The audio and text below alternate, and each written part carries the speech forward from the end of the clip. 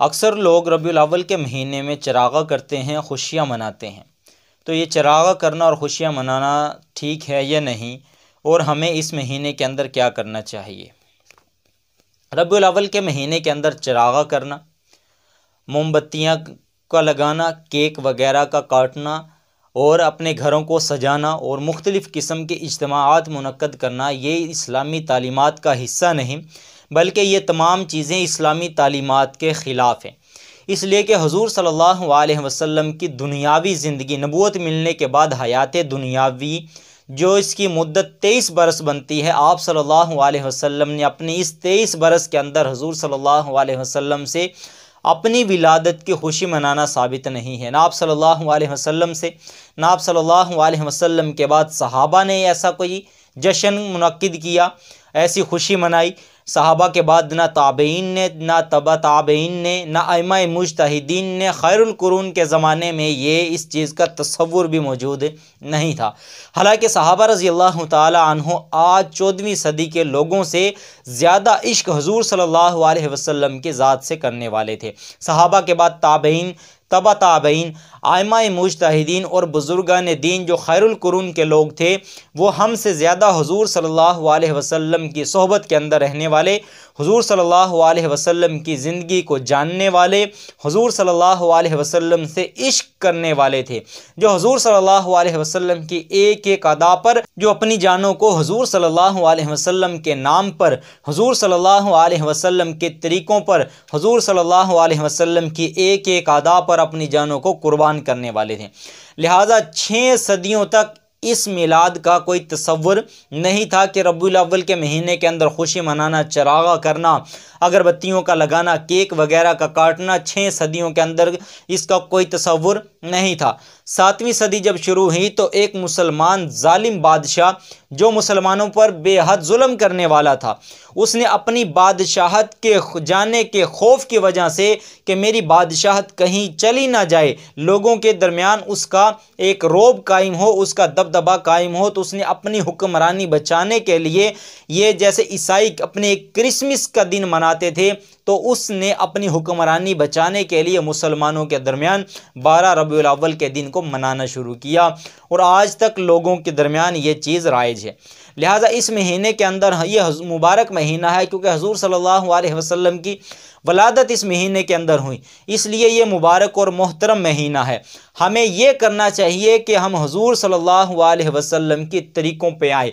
ना कि हुज़ूर सल्लल्लाहु अलैहि वसल्लम की वलादत पर खुशियाँ मनाए। ऐसे वलादत पर खुशियाँ मनाने से हुज़ूर सल्लल्लाहु अलैहि वसल्लम की ज़ात खुश होने वाली नहीं, बल्कि हुज़ूर सल्लल्लाहु अलैहि वसल्लम की ज़ात हमसे उस वक्त खुश होगी जब हम हुज़ूर सल्लल्लाहु अलैहि वसल्लम के तरीक़ों को अपनी ज़िंदगी के अंदर अपनाने वाले बनेंगे। लिहाजा इस महीने के अंदर हमें करना क्या है, इस महीने के अंदर हमें ये करना चाहिए कि ये मुबारक महीना है, हुज़ूर सल्लल्लाहु अलैहि वसल्लम की वलादत का महीना है। अगर मैं पहले झूठ बोलता था इस मुबारक महीने के अंदर हुज़ूर सल्लल्लाहु अलैहि वसल्लम के वलादत की निस्बत से, मैं इस महीने के अंदर झूठ नहीं बोलूँगा। अगर वो पहले नाप तोल के अंदर कमी करने वाला था, ये महीना हुज़ूर सल्लल्लाहु अलैहि वसल्लम की वलादत का महीना है, मुबारक महीना है, इस निस्बत से इस महीने के अंदर मैं नाप तोल के अंदर कमी नहीं करूँगा। गालियाँ देने वाला था, गालियाँ नहीं दूँगा। किसी भी किस्म का गुनाह करने वाला था, वो ये अहद कर ले कि इस मुबारक महीना ये हुज़ूर सल्लल्लाहु अलैहि वसल्लम की वलादत का महीना है,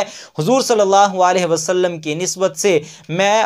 किसी भी किस्म का गुनाह करने वाला नहीं बनूंगा। इस महीने के अंदर हम ये अहद करें कि इस महीने के अंदर कोई हमारा मुसलमान भाई रात को भूखा ना सोए, उसके घर पर ये अगरबत्तियों का लगाना, ये चरागा करना, ये जो फजूल खर्ची है, इस पैसे को हम किसी मुसलमान के घर, जो गरीब घराने हैं, जो एक एक ये पूरा महीना लोग जो अपने घरों पे लाइटिंग करते हैं, लाखों रुपया खर्च करते हैं, इसका कोई फ़ायदा पहुंचने वाला नहीं है, ना दुनियावी फ़ायदा है ना उखरवी फ़ायदा है, बल्कि ये हुज़ूर सल्लल्लाहु अलैहि वसल्लम की तालीमात के ख़िलाफ़ है। हम ये अहद करें कि हमने जो पैसा ये लाइटिंग के ऊपर खर्च करना है, ये झंडियों के ऊपर खर्च करना है, हम इतनी मालियत किसी गरीब को दें जो 2 वक्त की 3 वक्त की पेट भर के खाने वाला बने। लिहाजा हम हुज़ूर सल्लल्लाहु अलैहि वसल्लम की उम्मत के खैर ख्वाह बने, ना कि हुज़ूर सल्लल्लाहु अलैहि वसल्लम के तरीक़ों से हट कर ज़िंदगी गुजारने वाले बने। दूसरा, इस महीने के अंदर लोग ये कहते हैं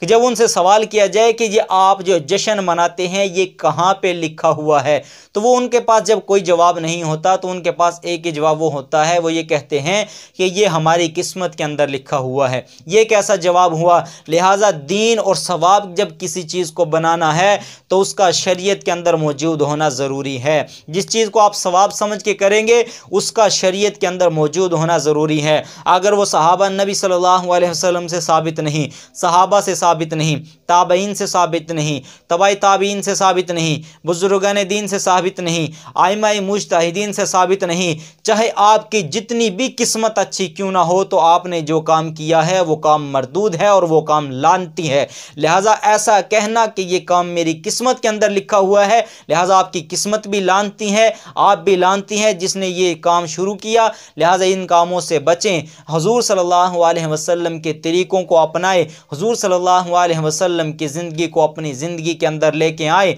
एक और बात, आप इस महीने के अंदर देखेंगे, मैंने खुद देखा है हमारे इलाके के अंदर 12 रबीउल अव्वल जब आता है, जब 12 रबीउल अव्वल का दिन होता है, आप नमाज छोड़ दें आपको कुछ नहीं कहेंगे, आप ज़कात अदा ना करें आपको कुछ नहीं कहेंगे, आप पे हज फ़र्ज़ हैं आप हज अदा ना करें आपको कुछ नहीं कहेंगे, आप पे ज़कात फ़र्ज़ है आप ज़कात अदा ना करें आपको कुछ नहीं कहेंगे। 12 रबीउल अव्वल को आप जश्न ना मनाएं, आपको मुशरिक और काफिर बना देंगे। ये लोग ऐसे लोग हैं, आपको मुशरिक और काफिर बना देंगे। जो शरीयत नहीं है, जिसका शरीयत के अंदर कोई सबूत नहीं है, उस चीज़ को इन्होंने इतनी अहमियत दी जिसके ना करने वाले को ये मुशरिक और काफिर बना देते हैं, और जो चीज़ें शरीयत ने फ़र्ज़ और वाजिब करार दी हैं उनको छोड़ने वाले पर ये कुछ नहीं कहते। 12 रबीउल अव्वल का दिन होता है, इनकी जो मसाजिदें होती हैं उस मसाजिद की ज़ोहर और असर के अंदर आप देख लें उनके इमाम भी गायब होते हैं। नमाज़ पढ़ना तो बड़ी दूर की बात है,